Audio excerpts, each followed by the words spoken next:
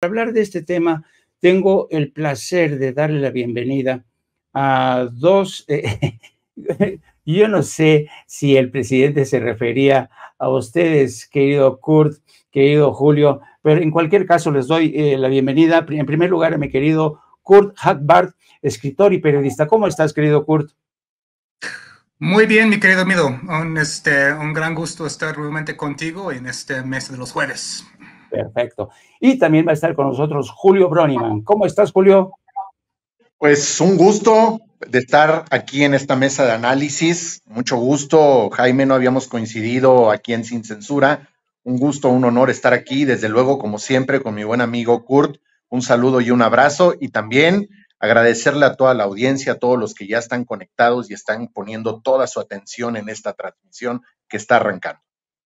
Bueno, quisiera empezar con Kurt. Pues fíjate, Kurt, que decíamos que Lenia Batres Guadarrama es una mujer que tiene 59 años, ya tiene un largo recorrido como política, ha sido miembro de Morena desde siempre, estuvo en el movimiento Resistencia acompañando al presidente, fue también parte integrante del Partido Socialista Unificado de México, fue activista universitaria, activista vecinal en la Ciudad de México.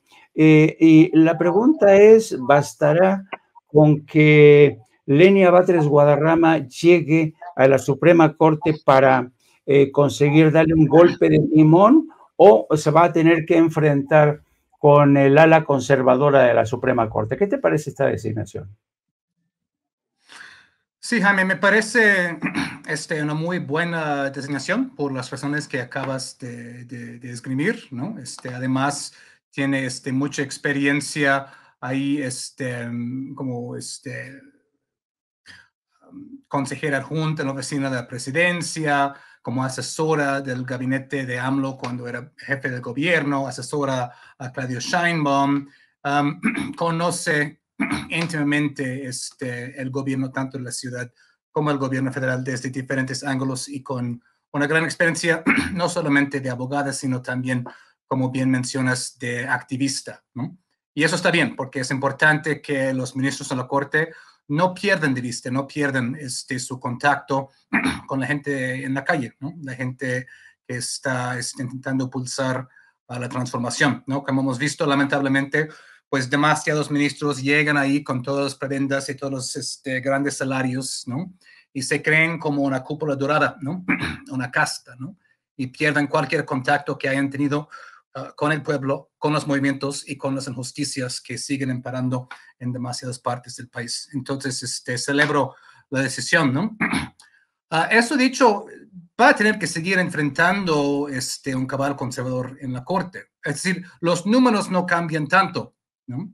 Ella va a reemplazar a Arturo Saldívar, ¿no? Que ya de por sí era un consejero más afín a la 4T, más hacia la izquierda en términos de sus decisiones jurídicas, no todas, pero muchas, ¿no?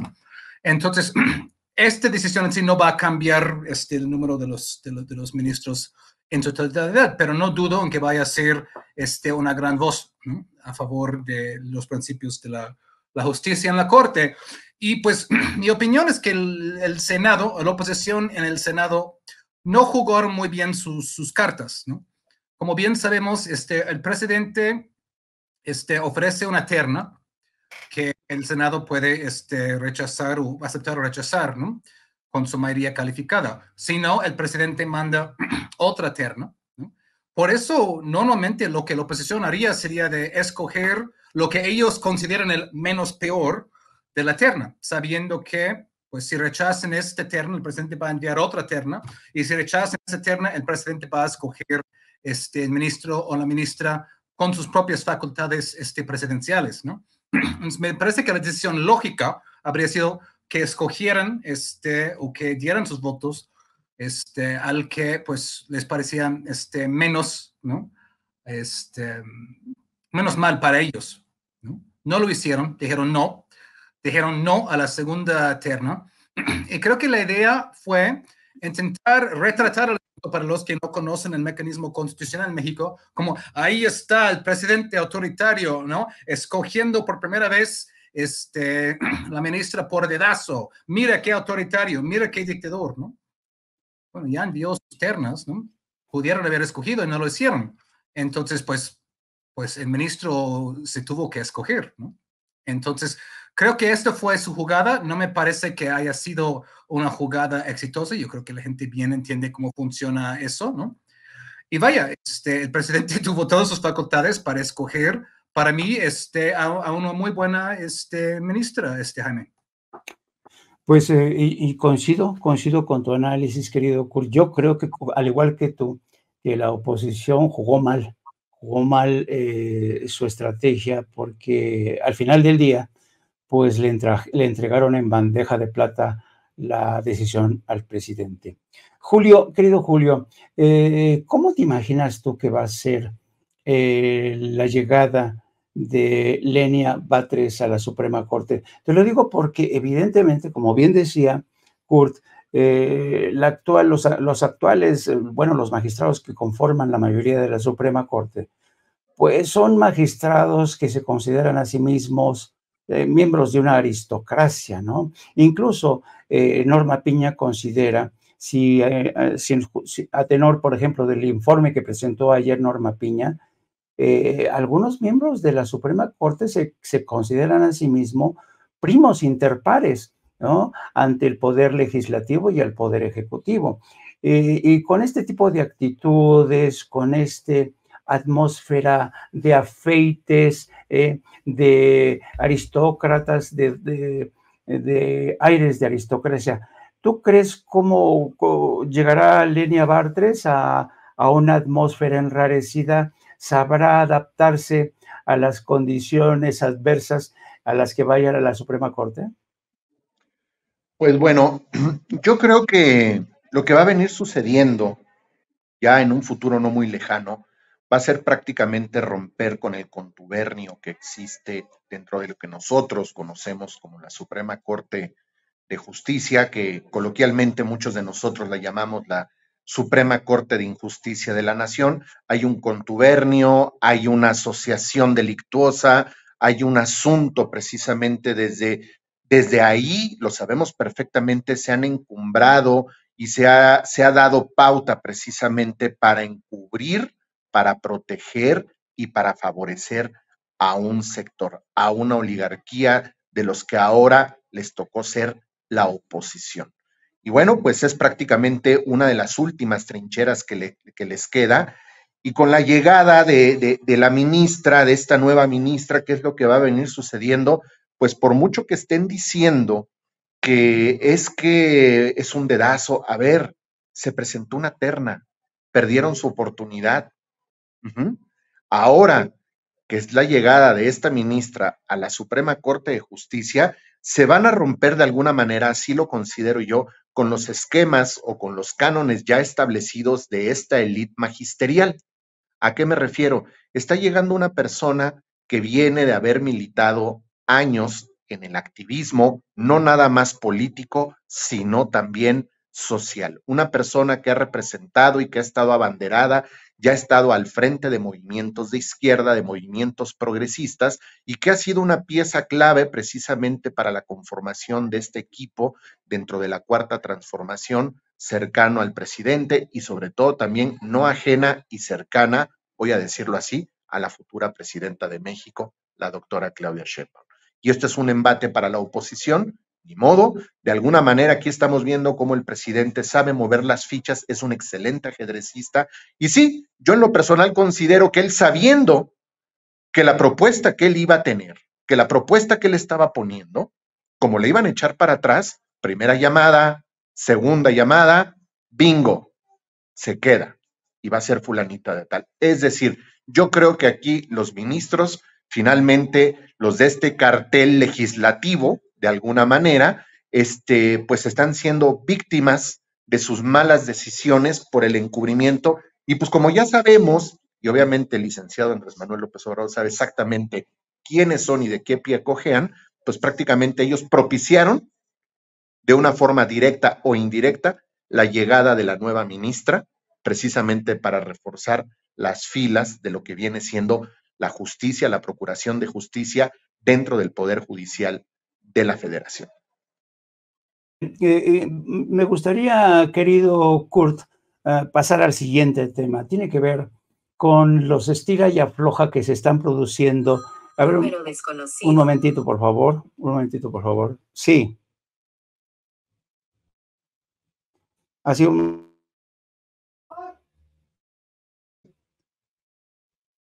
Ya salen, ya salen.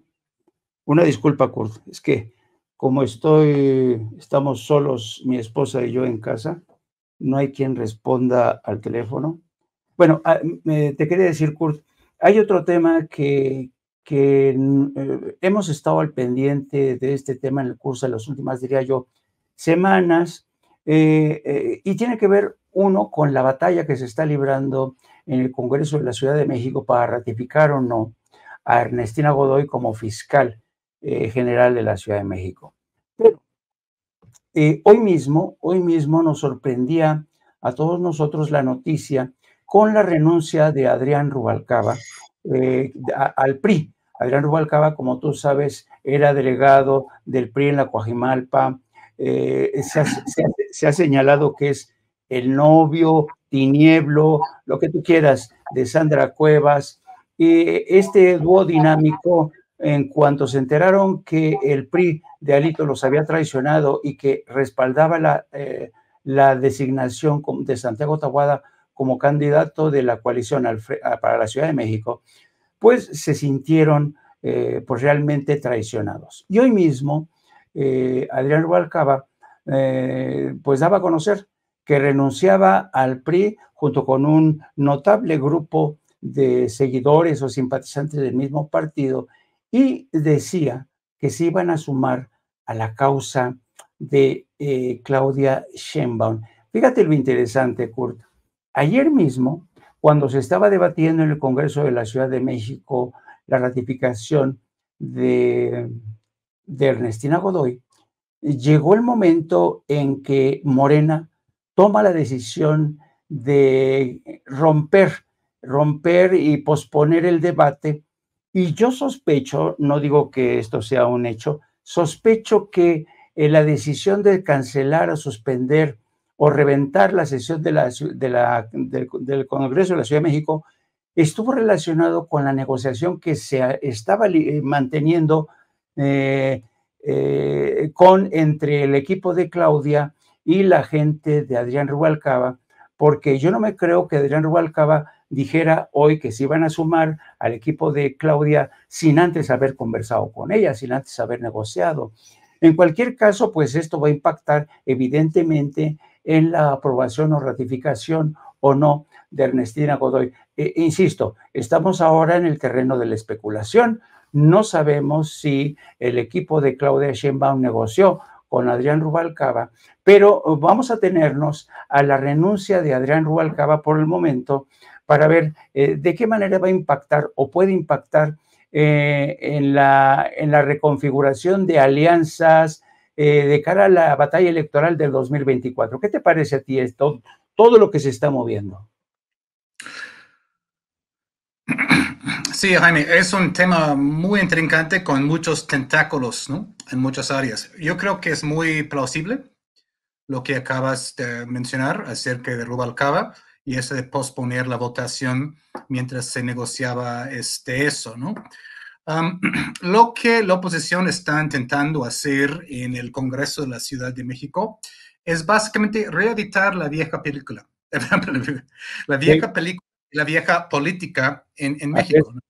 Es decir, la impunidad, ¿no? Es decir, dar votos a cambio de impunidades, ¿no? Y aquí la impunidad buscan para el cartel inmobiliario, ¿no?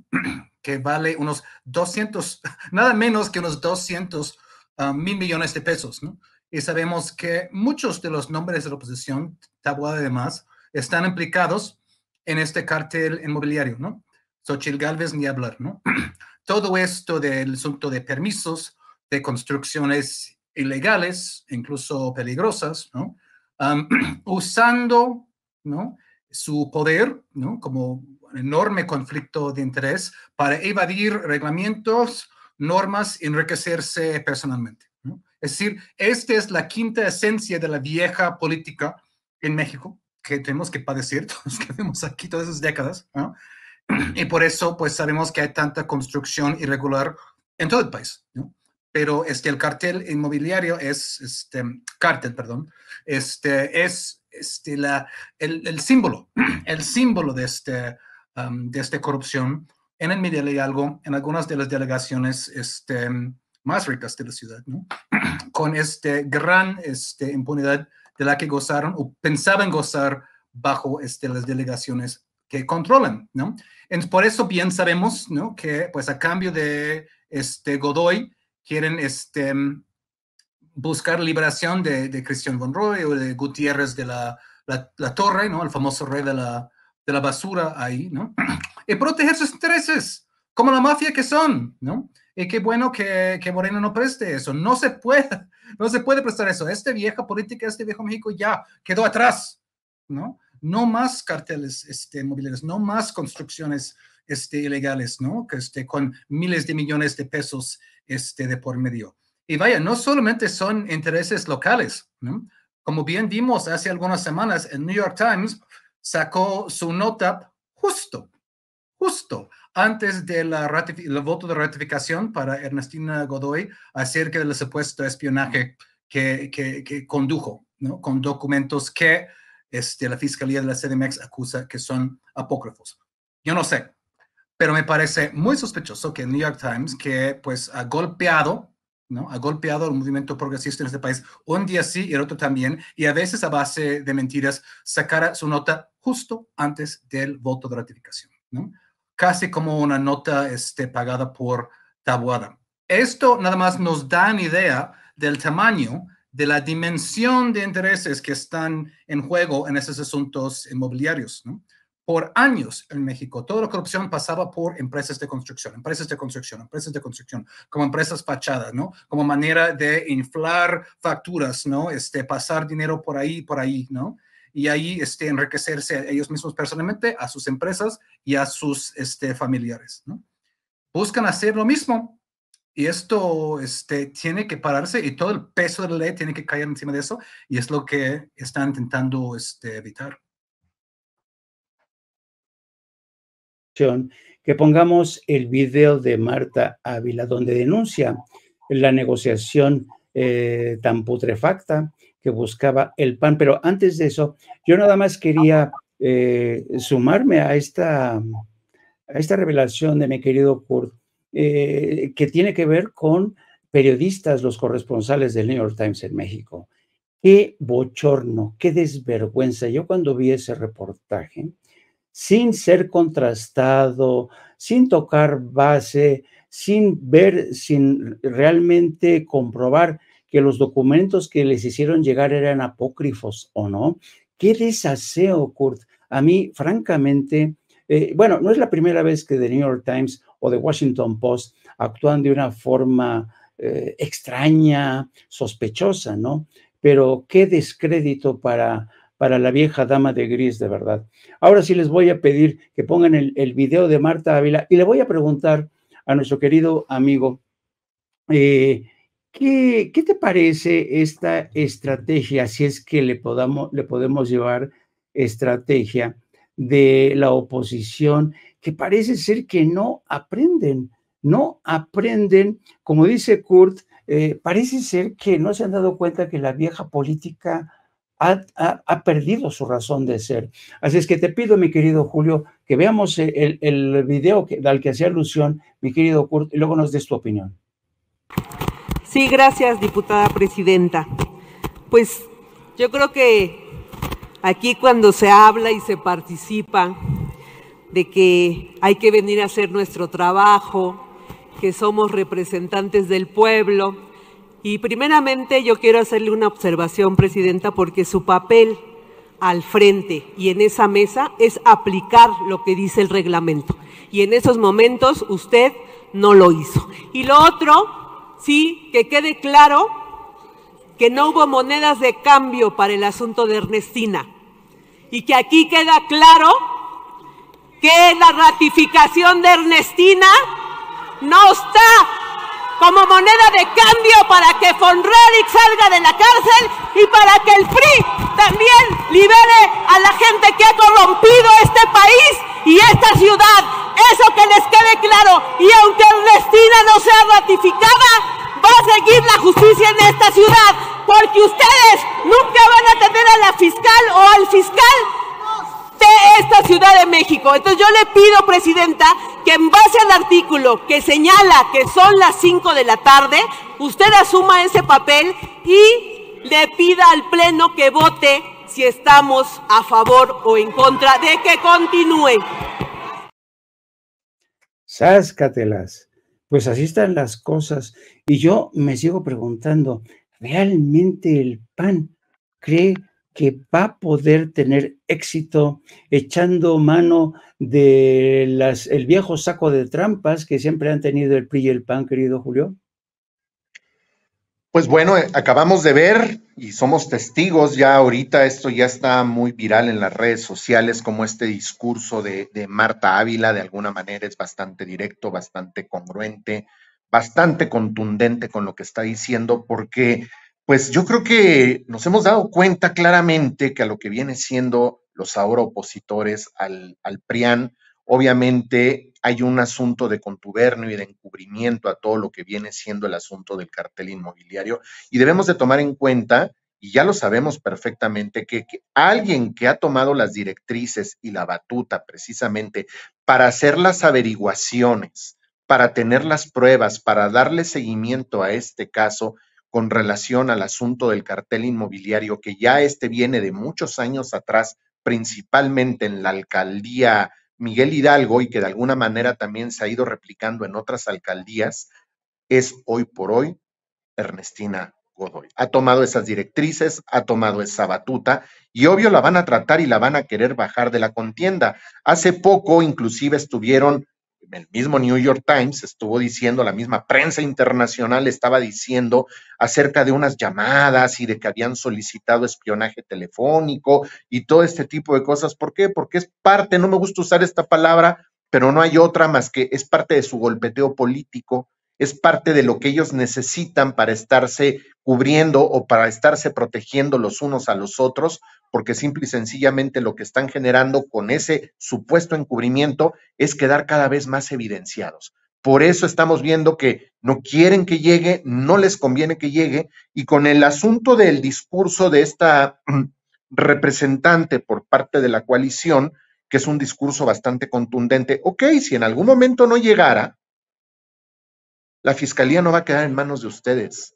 La justicia ya no va a quedar y no puede y no debe quedar en manos de lo que viene siendo la oposición, porque lo que quieren es nuevamente, al igual que en la Suprema Corte, seguir teniendo el poder y el control de la misma, aquí en la fiscalía también, precisamente para su beneficio.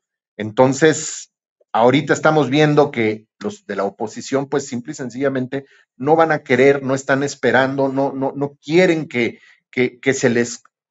suceda esto porque pues son los principales afectados de todo esto. Vamos a ver qué es lo que sucede porque el año todavía no se acaba, todavía faltan muchas decisiones por tomar al respecto y bueno, pues los embates por parte de la oposición, pues sabemos perfectamente que están a la orden del día. Sí, sospecho que nos espera un fin de año bastante entretenido, querido Julio. Déjame pasar a otro tema, querido Kurt y querido Julio. Tiene que ver con este debate tan tramposo o tan entrampado que tiene que ver con el tema de los desaparecidos en México.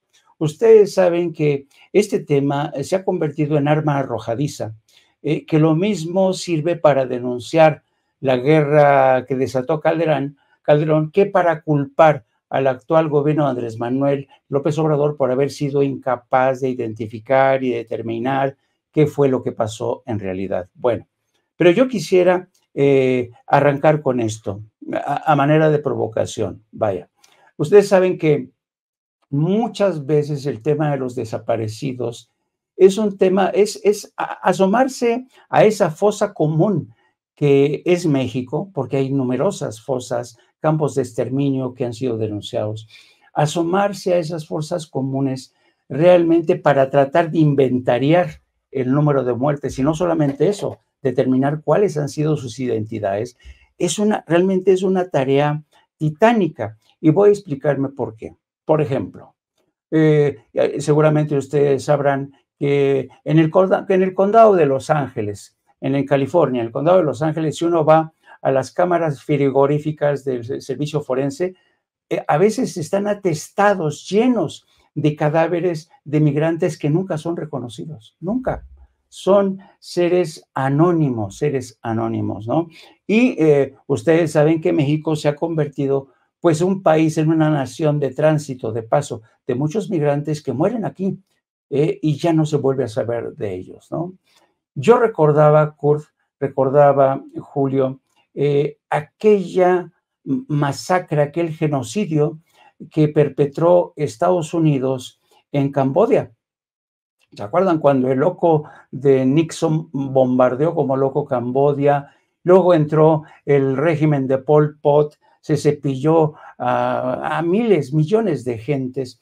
Y cuando el país quiso retornar a la normalidad, lo cierto es que el gobierno de Camboya nunca pudo determinar el número exacto de muertos que se habían producido. Recuerdo que en un informe presentado por el gobierno de Camboya dijo que los muertos oscilaban entre 1.300.000, 400.000, pero cuando intervino la ONU, dijo, no, es que esto es una cantidad muy superior, puede llegar hasta los 3 millones.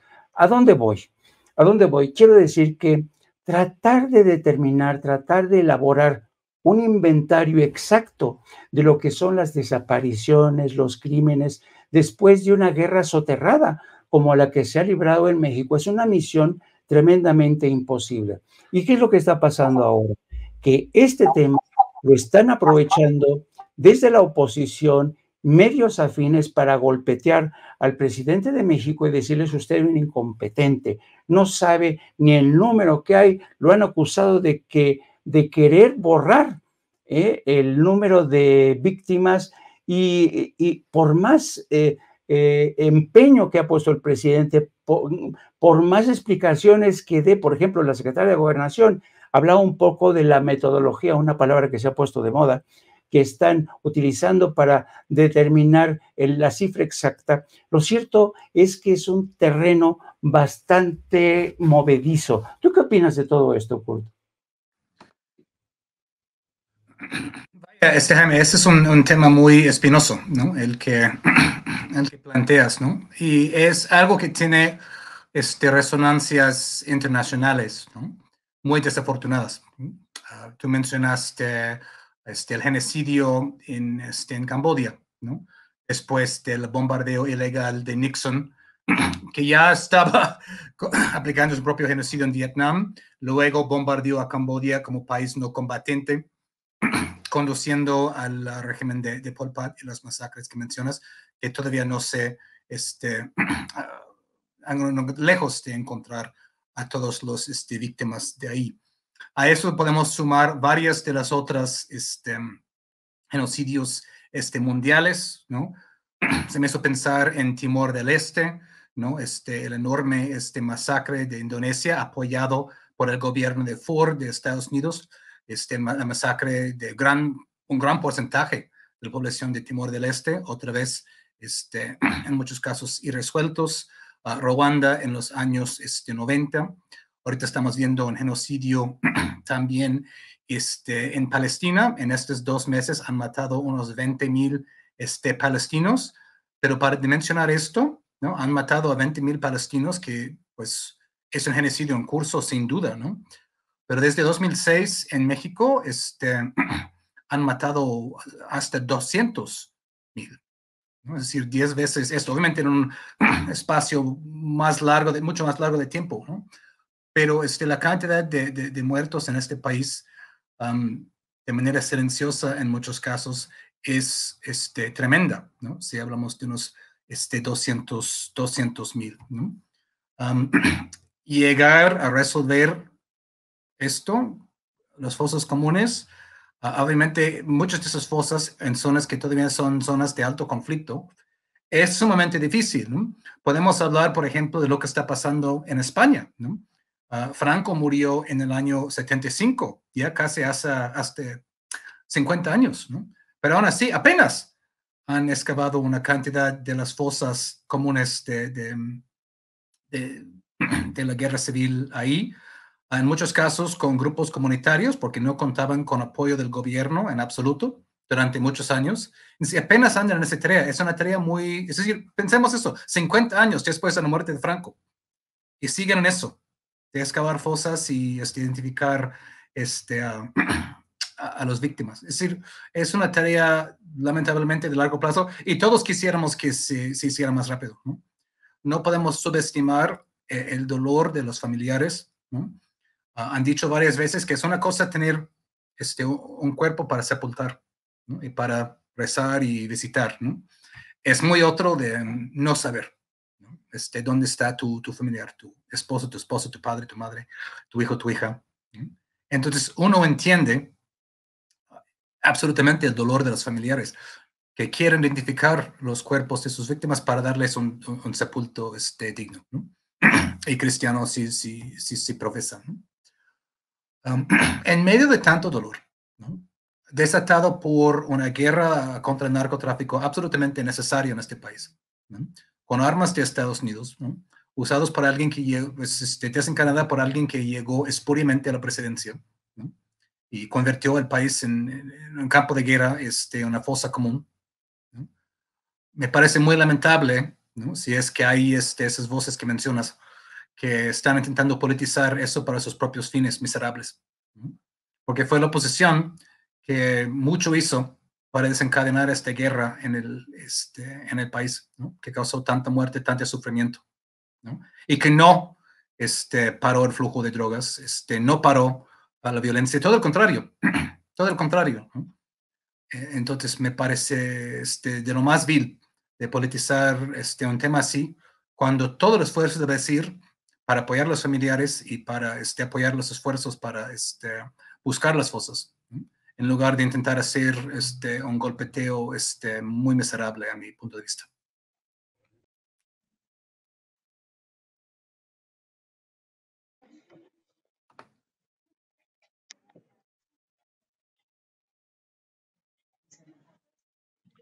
Bueno, ¿me escuchan?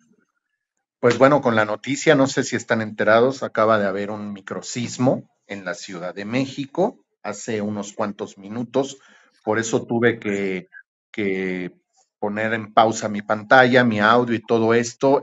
Al parecer, este sismo se registró con un posible epicentro dentro de la Ciudad de México, por lo cual no sonaron las alarmas, no sonaron las alertas. Aquí en el lugar donde yo me encuentro, pues es un lugar, un espacio, es una sala de juntas, es un espacio de alguna manera un tanto público. La gente a cargo del área de protección civil, pues tuvieron que sonar las alarmas internas para todos salir al patio. Todo está afortunadamente muy bien.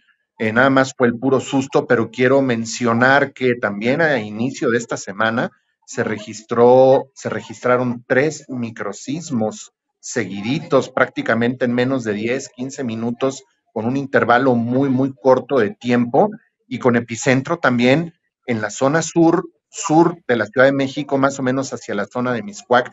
Ahorita donde yo me encuentro es la alcaldía Coyoacán y es un lugar donde sí se sintió bastante fuerte, pero no pasó más que el susto y hay que estar pendientes porque parece ser que ya se activaron los protocolos precisamente para estar atentos y alerta por parte de las autoridades. Pues sí, gracias Julio por entrar al rescate. Se me vino también abajo a mí la señal momentáneamente. Sí. Sospecho que por todo esto, gracias de verdad. Lo bueno es que Sin Censura siempre tiene gente tan profesional, como mi querido Curlo, Julio. No, pues ahora éntrale tú, éntrale, así es que les agradezco. Pero estábamos con el tema de los desaparecidos. A mí, fíjate que fue muy interesante lo que dijo Kurt. A mí no se me había ocurrido, lo confieso, el caso de España, porque ustedes saben que mucho tiempo después de la muerte de Franco, pues se dieron a la tarea de exhumar los restos de Franco, de exhumar algunos de los restos de algunas de las víctimas de la guerra civil, y aquello fue realmente aprovechado por la oposición, sobre todo por la extrema derecha, como Vox, ¿no? Y aquí tal parece ser que no se cansan los medios que tienen vínculos con o son adláteres de la derecha, les encanta seguir metiendo el dedo en la llaga. Ya ha dicho Kurt que es una actuación miserable. La pregunta es, ¿tú crees que le puede funcionar, Julio, esta estrategia de estarse regodeando en el sufrimiento de cientos de miles de familias que han padecido esto, volver a traer este tema una y otra vez para tratar de desacreditar la labor del presidente y encima seguir insistiendo que la estrategia de seguridad ha sido fallida? Bueno, yo quiero hacer mención de algo, precisamente que fue mencionado exactamente el día de hoy con relación a una organización de derechos humanos que tiene que ver con el asunto precisamente de que ellos mismos son los que han estado de alguna forma, de una forma un tanto directa o a veces tratando de simular que sea indirecta, detrás de lo que viene siendo la liberación de algunos de los personajes que estuvieron involucrados en la desaparición de los 43 normalistas de Ayotzinapa.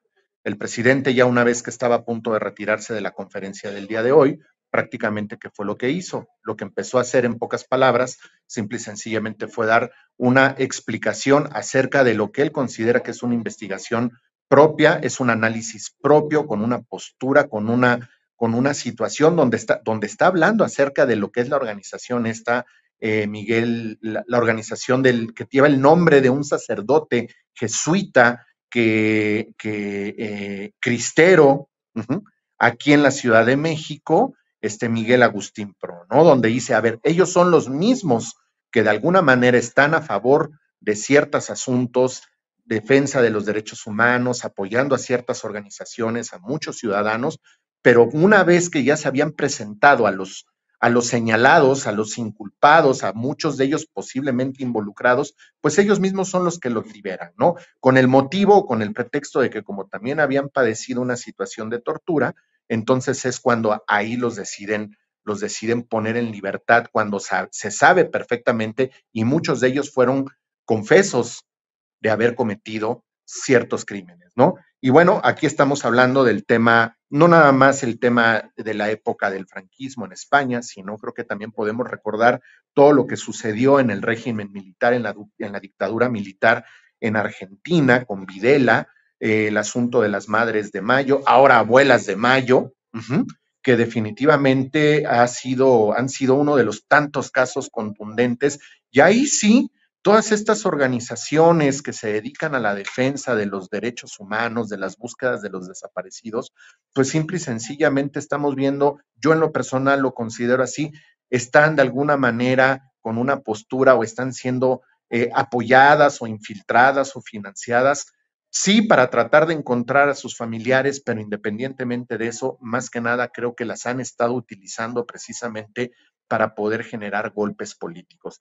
Ahorita estamos viendo como muchas de la situación, gran parte de la situación que estamos viviendo ahorita, pues simple y sencillamente es una bomba de tiempo que empezó a reventar y que va a seguir sucediendo. Es el efecto y el daño colateral de todo lo que sucedió durante sexenios anteriores en gobiernos neoliberales, que prácticamente nos dejaron una bomba de tiempo, y pues esto no se va a resolver de un día para otro, y es un arma precisamente para estar golpeteando y para estar señalando y para estar diciendo que no se está haciendo absolutamente nada, cuando efectivamente se han hecho cosas, no es fácil el camino, todavía falta mucho que hacer y no se está bajando la guardia, al contrario, se sigue haciendo investigación al respecto. Fíjate, Julio, este planteamiento que acabas de hacer es muy interesante porque yo te apuesto que hay mucha gente que sigue teniendo muchos sentimientos encontrados a la hora de atacar o hablar mal de las ONGs, particularmente las que defienden los derechos humanos, como este tipo de organizaciones religiosas, ¿no? Pero tienes razón, muchas organizaciones defensoras de los derechos humanos son en muchos sentidos tapadera de a veces de intereses que desconocemos o que conocemos bien. Y en este sentido yo le quería preguntar a Kurt, Tú sabes, Kurt, que el presidente ha denunciado una y otra vez a este senador independiente Álvarez y Casa, que tú sabes que él formó parte, trabajó, incluso creo que fue secretario ejecutivo de la Comisión Interamericana de Derechos Humanos, que está bajo la égide de la OEA en Washington. Y yo recuerdo, Kurt, que Álvarez y Casa, cuando pasó todo el tema de los 43 de Ayotzinapa, era uno de los funcionarios de la Comisión Interamericana de Derechos Humanos que siempre estaba calladito, calladito, casi no decía nada, ¿no? Y hoy, sin embargo, veo a un Álvarez y Casa beligerante, combativo, denunciante, asesorando, diciéndole a todo el mundo, vayamos a la OEA, vayamos a la Comisión Interamericana de Derechos Humanos a denunciar no solo la persecución política que sufre el señor Taboada, el espionaje de Ernestina Godoy, vamos a también a denunciar lo de las víctimas, los desaparecidos. ¿Qué te parece que a ti, desde tu punto de vista, ya escuchamos a Julio la opinión que tiene, pero a ti, ¿qué opinión te merecen este tipo de organizaciones que a veces acuden a la OEA o a la Comisión Interamericana? Es un caso muy triste la politización de los derechos humanos, ¿no? Se supone que los derechos humanos son siempre, ¿no? No solamente cuando estás en oposición y como Álvarez y Casa, pues quieres intentar llamar la atención mediáticamente, ¿no? Es decir, en ciertos casos uno se cae, el otro pues ahí está vociferante, ¿no? Ha sido una constante a lo largo de este sexenio que el panismo en general ha acudido a la OEA por cantidad de cosas, ¿no? Lili Telles, López Rabadán, ¿no? Parece que hace que tienen su propio despacho ahí, en la oficina de la OEA en Washington, o nada más les gusta ir a gastar el dinero del erario haciendo viajes a Washington, ¿no? Espero que disfruten ahí, por lo menos que vayan a un museo o algo, ¿no? En lugar de nada más ir a quejarse en la OEA, ¿no? Y es triste esto. Se van al shopping, se van al shopping. Se van al shopping a ver a los grupos musicales en el mall, ahí. Sí. Es decir, sí, que sean serios, ¿no? Que no sean ahí nada más para tomar la foto con alguien tan in serio como Almagro, ¿no? Y gastar el dinero del erario al hacerlo, ¿no? Y eso es algo que, vaya, derechos humanos en muchos casos puede ser usado como una arma, ¿no? Puede ser usado como un arma o como escudo, ¿no?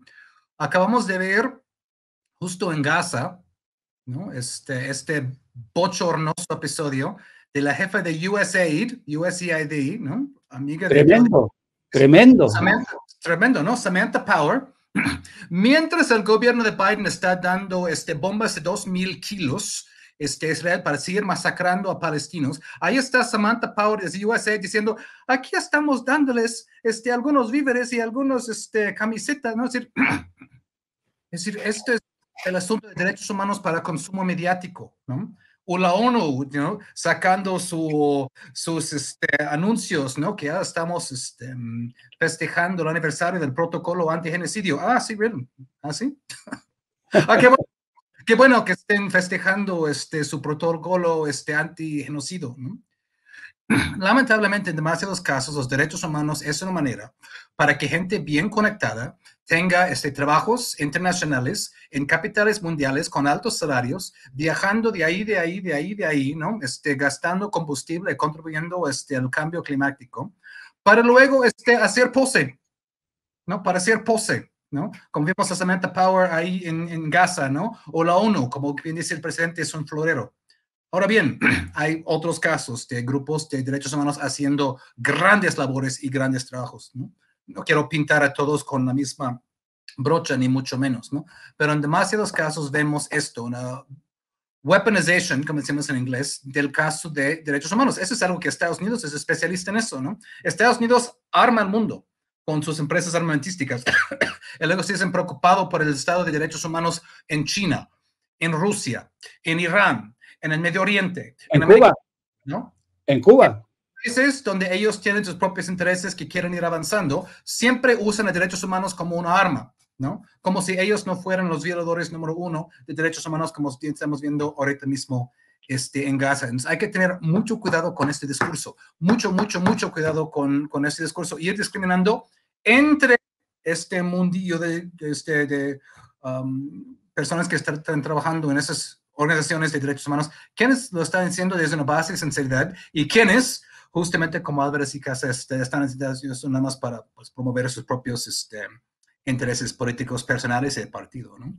Y ya para ir cerrando, querido Julio, ¿tú crees, porque esto tiene que ver, está relacionado, lo que denuncia Kurt, lo que está pasando con este genocidio que estamos viendo en directo de lo que ocurre en Gaza, la desvergüenza de funcionarios del gobierno de Estados Unidos que siguen apoyando a Israel a pesar de las masacres, las alianzas que la derecha siempre busca en el Departamento de Estado, me refiero a la derecha mexicana que siempre busca convalidar sus posiciones, el financiamiento a mexicanos contra la corrupción. Pero yo estoy casi convencido, querido Julio, no sé qué opinas tú, de que estamos en un nuevo entorno. Se ha producido un cambio de paisaje. Los grandes medios ya no pesaban como antes. Y mi pregunta es, ¿tú crees que las redes sociales están teniendo un peso específico, una nueva forma de quitarle la máscara a toda esta hipocresía que se nos ha vendido desde Washington, desde la derecha?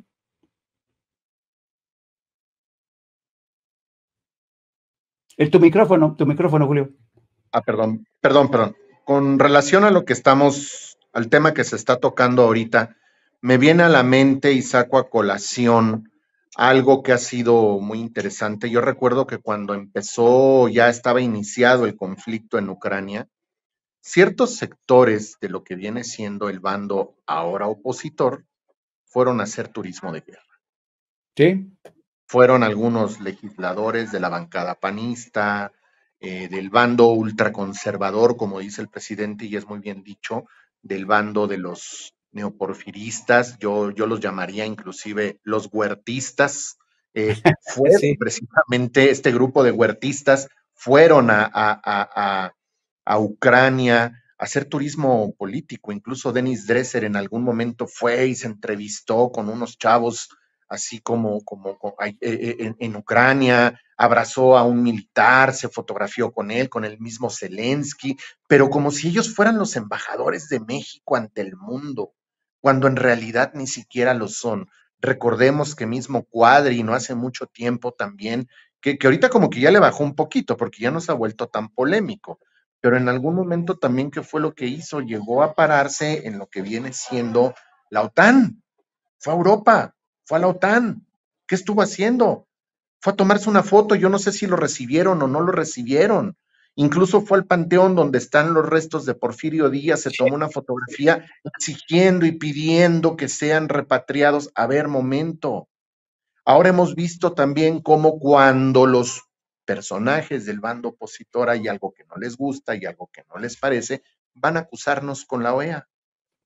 Ya les dio por eso. Piensan que con irse a tomar una foto, entregar un documento, ya nos están afectando. Pues no, señores, simple y sencillamente están las investigaciones de Nancy Flores, de Contralínea, con el tema de ayer, que fue muy polémico en la mañanera, que no es nueva esa nota, donde efectivamente existe un financiamiento de lo que vienen siendo ciertos sectores, organizaciones, a manera de organizaciones no gubernamentales que reciben financiamiento de Estados Unidos, y todo ese recurso lo están canalizando precisamente para mexicanos a favor de la corrupción. Eso es lo que están haciendo. Eso es bien sabido ya desde hace mucho tiempo, ¿no? Entonces, ese tipo de cosas no las denuncian, pero cuando las cosas no son como ellos quieren, cuando las cosas se les salen de control, que se sienten ofendidos, van con su papá Almagro, que también es muy irónico, porque Almagro fue secretario de Relaciones Exteriores de Mújica. Entonces, y ahora vean dónde está en la OEA. Y la OEA, pues de alguna manera, ha sido una organización que se ha dedicado y ha estado detrás de muchos loafers, detrás de muchos intentos para derrocar, y lo han logrado, para derrocar gobiernos progresistas democráticamente electos en América Latina. Y aquí yo recuerdo que durante las elecciones intermedias del 2021 estuvieron presentes a manera de observadores electorales. Tuvieron cercanía y acercamiento con Lorenzo Córdoba en aquel entonces y también con gente ligada y cercana al señor X. Entonces, pues bueno, yo creo que eso va a seguir sucediendo, nos van a seguir yendo a acusar a cada rato, simple y sencillamente. Y bueno, pues ahora sí que este financiamiento que ha estado llegando, como dice Kurt, aquí, bueno, que llegó aquí a México, pues vean qué curioso, es muy cuestionable la postura del gobierno de Estados Unidos. Por un lado, fíjense, por un lado, entregando armamento y a través de sus organizaciones supuestamente no gubernamentales, como la USAID, organizaciones buena ondita, querer resarcir y venderse como si fueran empáticos con las víctimas que ellos mismos están propiciando. Así es. Pues queridos amigos, ha sido realmente, en lo personal, considero, siempre escuchar a Kurt Hartwig es fascinante porque tiene a veces un punto, a veces yo tengo la impresión que Kurt tiene esta capacidad agregada de ser quien es y de ser un ciudadano que está a caballo entre México y Estados Unidos. Siempre es muy interesante tenerlo. Y a Julio Broniman también, la capacidad de sus análisis, la profundidad. Yo creo que mucha gente que nos escucha aquí en Sin Censura agradecen el análisis de los dos. Te pido a ti primero, Kurt, que por favor nos brindes tus redes sociales. ¿Cómo te puede seguir la gente, querido Kurt? Muchas gracias, Jaime. Me pueden seguir en Twitter, @KurtHackbarth.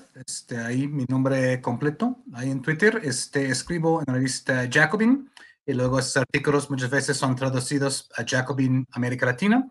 Ahí las pueden conseguir en redes. También tengo, ahí está mi Twitter. También tengo mi columna en revista Sentido Común y videocolumna. Y también nuestro esfuerzo literario, Matanga Taller Editorial, donde publicamos autores del sur de México. Un gran saludo a los del chat. Hoy recibí saludos de Mari Briceño, Vilma Amiel Escobar, Charlie García, Belén Rodríguez y otros. Y también a muchos compañeros ahí en Estados Unidos, ¿no? Y varios que están sintonizando desde Colorado, desde Nueva York, ¿no? A ver si nos vemos por ahí algún día, ¿no? Un abrazo a todos, que ya vamos camino a la época a ti, Jaime, y por supuesto al querido Julio. Y tú, Julio, dinos, por favor, ¿cómo te puede seguir la gente? Tu micrófono otra vez, tu micrófono.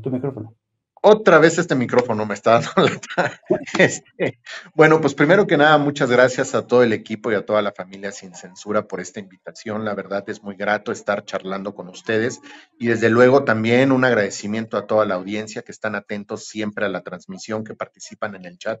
Un saludo y un abrazo a la distancia a todas, a todos, desde luego. Y bueno, a mí me pueden encontrar en antes Twitter, ahora X, como @César_Bron. Y bueno, pues compartan la transmisión, sigan atentos porque el programa sigue y desde luego, bueno, pues vamos a estar con mucho cuidado y muy atentos al asunto del pequeño susto que tuvimos aquí en la Ciudad de México, porque parece ser que esto ya se está volviendo como cada vez más frecuente que esté sucediendo en el interior de la capital de la República Mexicana. Hay que estar atentos. Así es, hay que sí, efectivamente, estar atentos. Les agradezco a los dos, muchísimas gracias. Si ya no los veo yo, les deseo felices fiestas a ambos. Gracias, amigos. Bueno, y seguimos aquí en Sin Censura. Y a mí me gustaría efectivamente hablar seguir hablando de este tema de los temblores.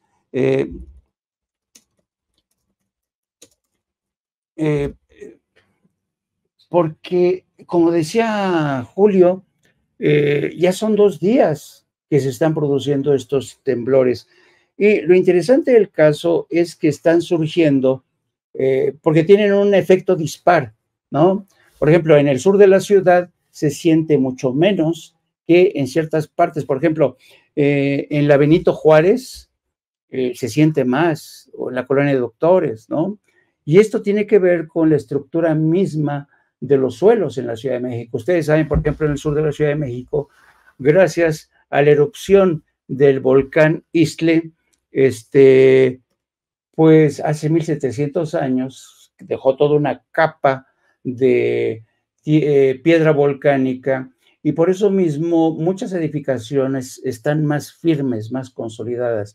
No así en algunas partes de la Benito Juárez. Y precisamente estaba escuchando una entrevista de Sabina Berman, que se llama Largo Aliento, el programa que tiene el Canal 11, con la todavía fiscal general Ernestina Godoy, a raíz justamente de la investigación que se siga contra el cártel inmobiliario. Y en esa entrevista, Ernestina Godoy reconoce que una de las grandes preocupaciones al indagar sobre la construcción de inmuebles ilegales que llevó a cabo Santiago Taboada y todos sus compinches, una de las principales preocupaciones del gobierno de la Ciudad de México, de Claudia Sheinbaum, cuando era jefe de gobierno, era justamente que muchos de estos edificios que no respetaron los límites y que ponían más pisos y ganaban más altura para enriquecerse todos ellos, es que lo cierto es que al construir edificios más elevados en las zonas como Benito Juárez, que son muy sísmicas, pues los principales afectados eran los ciudadanos, ¿no? Por donde es donde se sienten más fuertes las sacudidas. Y hoy, a ver, ¿por qué no podemos un video de cómo fue el día de hoy esta sacudida, querida gente de producción? A ver si lo podemos ver, por lo menos algunas imágenes de lo que ocurrió hoy.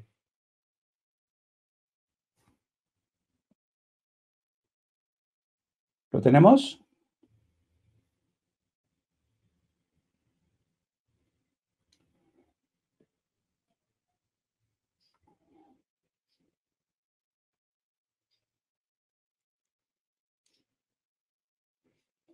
Bueno, voy a esperar a la gente de producción. Me dicen, por favor, me avisan cuando lo tengan. Miren, y mientras tanto, estábamos